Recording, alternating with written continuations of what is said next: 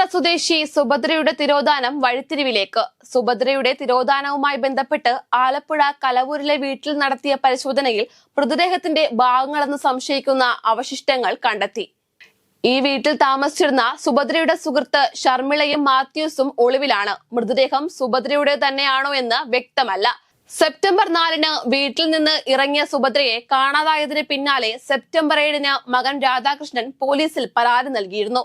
സുഭദ്രയെ സ്വർണവും പണവും കവർന്ന ശേഷം കൊലപ്പെടുത്തിയതാകാമെന്നാണ് പോലീസിന്റെ പ്രാഥമിക നിഗമനം. ഹേമ കമ്മിറ്റി റിപ്പോർട്ടിൽ സർക്കാരിനെ അതിരൂക്ഷ ഭാഷയിൽ വിമർശിച്ച ഹൈക്കോടതി. എന്തുകൊണ്ട് ഇത്രയും കാലം സർക്കാർ ഹേമ കമ്മീഷൻ റിപ്പോർട്ടിൽ മൗനം പാലിച്ചുവെന്ന് ഹൈക്കോടതി ഡിവിഷൻ ബെഞ്ച് ചോദിച്ചു.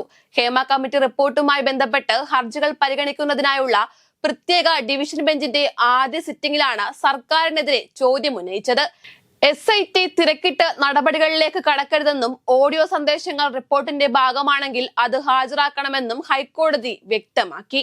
സംസ്ഥാന സർക്കാർ കേരളം കണ്ട ഏറ്റവും വലിയ സ്ത്രീവിരുദ്ധ സർക്കാർ എന്ന വിമർശനവുമായി രമേശ് ചെന്നിത്തല. ഹേമ കമ്മിറ്റി റിപ്പോർട്ട് മറച്ചുവെച്ചത് ആരെയൊക്കെയോ സംരക്ഷിക്കാൻ സർക്കാർ ശ്രമിക്കുകയാണെന്നും കുറ്റക്കാരെ സംരക്ഷിക്കുന്ന നിലപാടാണ് സംസ്ഥാന സർക്കാരിന്റേതെന്നും അദ്ദേഹം പറഞ്ഞു.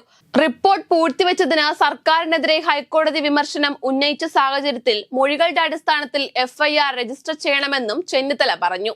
CPM ജനറൽ സെക്രട്ടറി സീതാറാം യെച്ചൂരിയുടെ ആരോഗ്യസ്ഥിതി ഗുരുതരമായി തുടരുന്നു. തീവ്രപരിചരണ വിഭാഗത്തിൽ കൃത്രിമ ശ്വാസോച്ഛ്വാസം നൽകുകയാണെന്ന് വാർത്താക്കുറിപ്പിൽ CPM കേന്ദ്ര കമ്മിറ്റി അറിയിച്ചു. കടുത്ത ശ്വാസകോശ അണുബാധയെ തുടർന്നാണ് സീതാറാം യെച്ചൂരിയെ ദില്ലി എയിംസിൽ പ്രവേശിപ്പിച്ചത്. കഴിഞ്ഞ മാസം 20-നാണ് യെച്ചൂരിയെ ന്യൂമോണിയ ബാധയെ തുടർന്ന് ആശുപത്രിയിൽ പ്രവേശിപ്പിച്ചത്. കോഴിക്കോട് കൊമ്മേരിയിൽ 6 പേർക്ക് കൂടി മഞ്ഞപ്പിത്തം സ്ഥിരീകരിച്ചു. ആരോഗ്യ പ്രവർത്തകരുടെ നേതൃത്വത്തിൽ വലിയ രീതിയിലുള്ള പ്രതിരോധ പ്രവർത്തനങ്ങൾ നടക്കുന്നതിനിടെയാണ് കൊമ്മേരിയിൽ വീണ്ടും രോഗബാധ റിപ്പോർട്ട് ചെയ്തിരിക്കുന്നത്. 53 പേർക്കാണ് നിലവിൽ ഇവിടെ മഞ്ഞപ്പിത്തം സ്ഥിരീകരിച്ചത്. രോഗം ബാധിച്ച 27 വയസ്സുള്ള യുവതിയുടെ നില ഗുരുതരമാണ്. മലപ്പുറത്ത് നിന്ന് കാണാതായ പ്രതിശുദ്ധ വരൻ വിഷ്ണുജിത്തിനെ കണ്ടെത്തി. പോലീസ് നടത്തിയ അന്വേഷണത്തിൽ ഊട്ടിയിൽ നിന്നാണ് യുവാവിനെ കണ്ടെത്തിയിരിക്കുന്നത്. ഫോൺ ഓണായത് അന്വേഷണത്തിന് സഹായകമായെന്ന് SP വ്യക്തമാക്കി. ഇന്നലെ രാത്രി കുന്നൂരിൽ വെച്ച് ഫോൺ ഓണാകുകയായിരുന്നു. ഈ സൂചനയ്ക്ക് പിന്നാലെ പോയ പോലീസ് യുവാവിനെ കണ്ടെത്തുകയായിരുന്നു.